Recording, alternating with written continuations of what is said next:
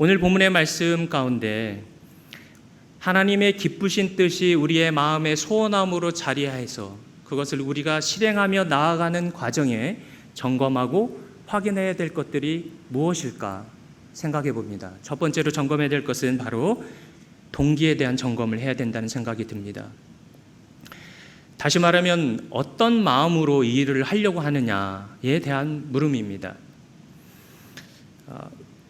동기가 바로 서지 못하니까 자꾸 질문이 많아지고 물음이 많아지더라고요. 그래서 성경도 하나님의 말씀도 정말 자의적으로 해석하고 또 적용하려고 하는 그런 모습들이 보이게 됩니다. 하나님의 뜻이 나의 소원이 되어야지 나의 소원을 이루어가기 위해서 그 하나님의 뜻을 내가 처한 상황과 환경으로 끌고 들어와서 끼워 맞추듯 풀어가서는 안 된다는 말입니다. 내가 세운 계획 그리고 나의 원함 그것을 마치 하나님의 뜻인 양 말씀으로 포장해서는 안 된다는 말이죠. 하나님의 뜻이 나의 소원이 되어야 하고 그 순서가 뒤바뀌어서는 안 됩니다. 우리가 하려고 하는 이 일, 왜 이 일을 하려고 하는가? 그 일을 행하고자 하는 마음의 동기를 점검할 때 그 물음에 대한 답으로 내 안에 주님의 마음이 있는지, 주님의 성품과 그 주님의 인격이 우리 안에도 그렇게 자리하고 있는지, 나의 삶에도 나의 삶의 섬김의 자세로 섬기는 자리에서의 나의 태도도 그와 같은 모습인지 늘 점검하고 확인해야 됩니다. 주님의 마음은 어떠한 마음이셨나? 빌립보서 2장 5절에서 8절의 말씀을 보니까 너희 안에 이 마음을 품으라 곧 그리스도 예수의 마음이니, 예수님의 마음은 종이 아니면서 종의 모습으로 사셨고 섬기시며 죽기까지 복종하는 삶을 사셨습니다. 3절에 보니까 주님 역시 자기보다 남을 더 낮게 여기셨다. 남을 낮게 여기신 게 아니라 낮게 여기셨어요. 그 주님의 마음은 사랑의 마음이셨고 섬김의 마음이었고 봉사자의 마음이셨습니다. 그렇기 때문에 예수님이 하셨던 이 사역 가운데 예수님께도 때로 슬픔이 있고 고난이 있고 괴로움이 있고 상처가 있었지만, 그리고 한없이 외로울 때가 많으셨지만 능히 이 모든 사역들을 참아내고 이 모든 아픔을 어려움을 참아내고 견뎌내며 감당할 수 있었던 것은 종국에 주님이 하시려고 했던 이 사역은 그 동기는 정말 이제 사랑의 마음으로 함께했던 주님의 제자들과 주님 곁에 머물렀던 이웃들과 친구들과 동료들이 잘 되고 또 하나님 앞에서 말씀으로 잘 세워져 가며 세상 속에서도 인정받고 칭찬듣는 그리스도인으로 빚어가는 것을 바라는 그 마음의 소원함과 동기로 이루어졌다는 것 우리가 기억합니다. 하나님의 뜻은 우리가 하고자 하는 일들이 나만의 유익을 추구하며 구하는 삶이 아니라 다른 사람을 위하고 다른 사람들의 성숙과 성장을 위해 내 자신을 기꺼이 드리더라 하더라도, 헌신한다 하더라도 그것이 하나님이 나를 부르신 자리에서 해야 되는 일이고 또 그것이 사명이라고 한다면 그것은 우리가 해야 되는 일이죠. 예수님도 그 사명의 자리에서 그것이 예수님이 해야 되는 일로 여기셔서 감당하셨습니다. 사명의 자리에서 우리의 역할은 또 우리가 행하려고 하는 일들의 동기는 나의 성공만을 추구하는 삶이 아니라 다른 사람들의 성장과 성공을 위해 그들을 돕고 격려하고 또 때로는 위로하며 함께하는 자로서의 어떤 역할, 이것이 우리의 역할이라는 것, 사명이라는 것 잊지 않고 기억할 수 있기를 바랍니다. 두 번째로는 이 동력에 대한 점검이 필요하다는 생각이 듭니다. 다시 말하면 우리 안에 이 일들을 행하게 하시는 그 무언가가 있는지에 대한 부분을 점검하고 확인해야 된다는 얘기입니다. 13절의 말씀에 보니까 너희 안에 행하시는 이는 하나님이시니 자기의 기쁘신 뜻을 위하여 너희에게 소원을 두고 행하게 하시나니, 행하게 하시나니. 저는 개인적으로 하나님의 기쁘신 뜻은 우리 안에도 또 내 안에도 동일한 기쁨이 되어야 된다고 믿습니다.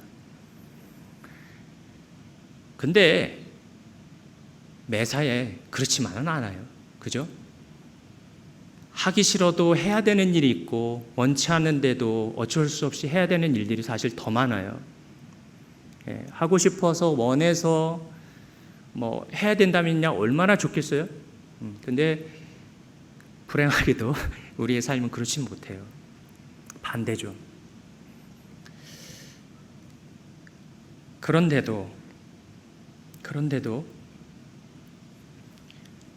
우리가 이 일을 해나갈 수 있는, 또 해야만 한다라고 여기는 그 어떠한 동력이 있기 때문에 우리가 이 일을 할 수 있다라고 믿습니다. 그 동력이 무엇일까? 오늘 말씀해 보니까 기쁨이라는 것을 우리에게 주셨어요. 기쁨. 그 기쁨이 있으니까 힘들어도 버틸 수 있고 할 수 있는 겁니다. 견뎌낼 수 있는 겁니다. 지켜낼 수 있는 겁니다. 한 걸음 더 갈 수 있는 겁니다. 이 동력이 없다면 그럴 수 없어요. 현장에 살면서 제가 경험하는 일인데 제 부족한 모습이겠죠. 그죠? 사역하다 보니까 저도 인간인지라 속상한 일들이 너무 많고 화나고 답답하고 이해 안 가는 일들이 저에게도 많이 있습니다. 그래서 하나님 앞에 나아가 그렇게 막 대화하며 이게 토로합니다. 하나님 너무 화가 나요. 속상하고 이해도 안 되고 어쩌면 그럴 수 있는지 답답합니다. 아주 그냥 이렇게 하나님 앞에 기도하며 기도하는 가운데 이렇게 대화하듯 그렇게 주님과 대화를 이어갑니다. 제가 살고 있는 지역 이스라엘, 그 중에서도 갈릴리, 예수님이 사역하셨던 곳이고 머무셨던 곳이라 그런지 그 주님의 마음이 저한테 절절하게 다가오고 느껴집니다. 근데 제 마음건데 울림으로 주님이 그때마다 하시는 음성이 있어요. 근데 이 음성은 저에게 계속 제가 이 얘기를 할 때마다, 불평할 때마다, 원망하고 막 힘들다고 말할 때마다 이렇게 말씀하시는 거예요. 나도 그랬다. 그때 나도 그랬다. 저는 이 얘기를, 이 말씀을 마음으로 딱 울림으로 받을 때 갑자기 말을 못 하겠는 거죠. 나도 그랬다. 그때 나도 그랬다. 어떨 때는 난 더했다. 난 너보다 더했다. 이렇게 주님이 말씀하신다면 제가 또 우리가 뭐라고 말할 수 있겠어요? 주님 죄송합니다. 잘못했습니다. 그 즉시 회개하는 거죠. 그리고 주님 앞에 다짐합니다. 주님, 맞아요. 주님 그러셨죠. 제가 주님 따라간다고 하면서 제가 제 마음대로 살아가고 있네요. 주님, 제가 다시 주님 따라갈게요. 주님 가신 그 길 본따라 다시 걷겠습니다. 다짐하며 회개하며 갑니다. 저에게 있어서 최고의 위로의 말씀이 있다면 그때 나도 그랬다. 나도 그랬다. 저는 이게 너무 힘이 되고 위로가 되는 말씀으로 다가오는 거예요. 힘들고 어려워도 이 말씀 생각하면 늘 고백이 다시 바뀌는 거예요. 예, 주님 다시 할게요. 예, 주님 힘들어도 다시 할게요. 우리에게 이 위로와 같은 주님의 나도 그랬다라고 하는 이 위로와 같은 음성이 있기 때문에 사명의 자리에서 맡기신 일들을 감당할 때 그 자리를 지키며 힘들지만 힘겹게 걸어갈 수 있는 겁니다. 그렇기 때문에 저와 여러분의 삶 속에 정말 확인하고 점검해야 될 일들, 하나님의 기쁘신 뜻이 우리의 소원함 가운데 이루어지는 과정에서 늘 점검하고 확인해야 될 일들 가운데 하나님이 내 안에 부어주시고 채워주시는 은혜, 그 은혜로 기쁨이 있고 감사가 있고 평안이 있고 위로가 있고 보람이 있는가? 열정이 있는가? 그래서 때로는 힘들고 지치고 외롭더라도 사람 세워져 가는 모습 보면서 보람이라 여기고 기쁨이라고 말하며, 힘들고 지칠 때도 일에 대한 결과로 봤을 때는 실패했고 잘 안 된 것 같은데도 그 일의 결과와 상관없이 감사가 넘치고, 그래서 주님께 감사의 고백을 올려드릴 수 있는 말도 안 되는 이런 고백들이 여러분 가운데 있다면 여러분 잘하고 계신 겁니다. 주님의 일은, 우리에게 맡기신 일들은 이 동력으로 인해, 이 추진력으로 갈 수 있는 겁니다. 점검해야 되는 요소이죠. 세 번째로, 목표와 목적에 대한 점검도 필요한 것 같습니다. 궁극적으로 네가 하려고 하는 이 목적이 뭐냐? 또 왜 그걸 하려고 하니? 라는 질문을 우리 스스로에게 던져봅니다. 11절에 보니까 모든 입으로 예수 그리스도를 주라시나여 하나님 아버지께 영광을 돌리게 하셨느니라. 이 일은 우리에게 우선순위의 문제로 다가옵니다. 아무리 선한 의도를 가지고 우리가 일을 한다고 하더라도, 또 그 일을 행하는 것이 다른 사람들에게도 이익이 되고 유익이 된다고 하더라도, 과정에서, 결과에서 하나님의 영광을 가로막는 일이 된다고 한다면 그건 멈춰야 하는 일입니다. 멈춰서고 돌아서는 것은 실패가 아닙니다. 배워가는 과정입니다. 무리수를 둬서 내 욕심 때문에 계속 더 나아가는 것, 이게 더 큰 문제죠. 언제라도 하나님의 뜻이 아니라는 것 확인할 수 있는 방법 중에, 내가 이것을 나의 유익을 위해, 나의 영광을 위해 가는 거냐, 나는 가려지고 내 모습은 가려지더라도 내 안에서 그리스도가 살며 나를 통해 그리스도의 영광이 나타나고 드러난다고 한다면 하나님이 인정하시는 길이고 그 길 역시 잘 가고 계신 겁니다. 여러분, 선교단체 중에 조이라고 하는 선교단체 아시죠? 조이의 이니셜이 그렇습니다. Jesus first. 김재경 권사님 앞에서 영어 쓰려니까 좀 너그럽게 봐주십시오. Others second, you third. 예수님이 첫 번째고 다른 사람이 두 번째고 우리가 세 번째다. 이렇게 정하고 일을 하는데도 희한하게 우리 안에 기쁨이 있습니다. 왜냐? 하나님의 기쁘신 뜻이 계속해서 우리 가운데 영향을 주고 있기 때문입니다. 아까 얘기했던 것처럼 주님이 주시는 기쁨이 우리 안에 있습니다. 다윗은 시편 4편 7절에서 이렇게 고백합니다. 주께서 내 마음에 두신 기쁨은 그들의 곡식과 새 포도주의 풍성함보다 더하다고요.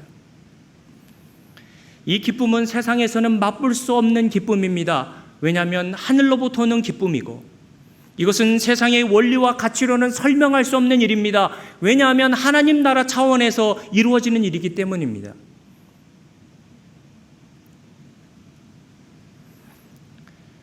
그러니 여러분, 이 길을 걸어갈 때 과정에서 힘들고 낙담되고 지치더라도 하나님께서 여러분 가운데 부어주시는 이 동력, 기쁨이 있고 보람이 있고 또 평안이 있고 이러한 동력이 있다고 한다면 우리는 이 길을 계속해서 걸어갈 수 있을 뿐만 아니라 또 안심하며 또 담대히 걸어갈 수 있습니다.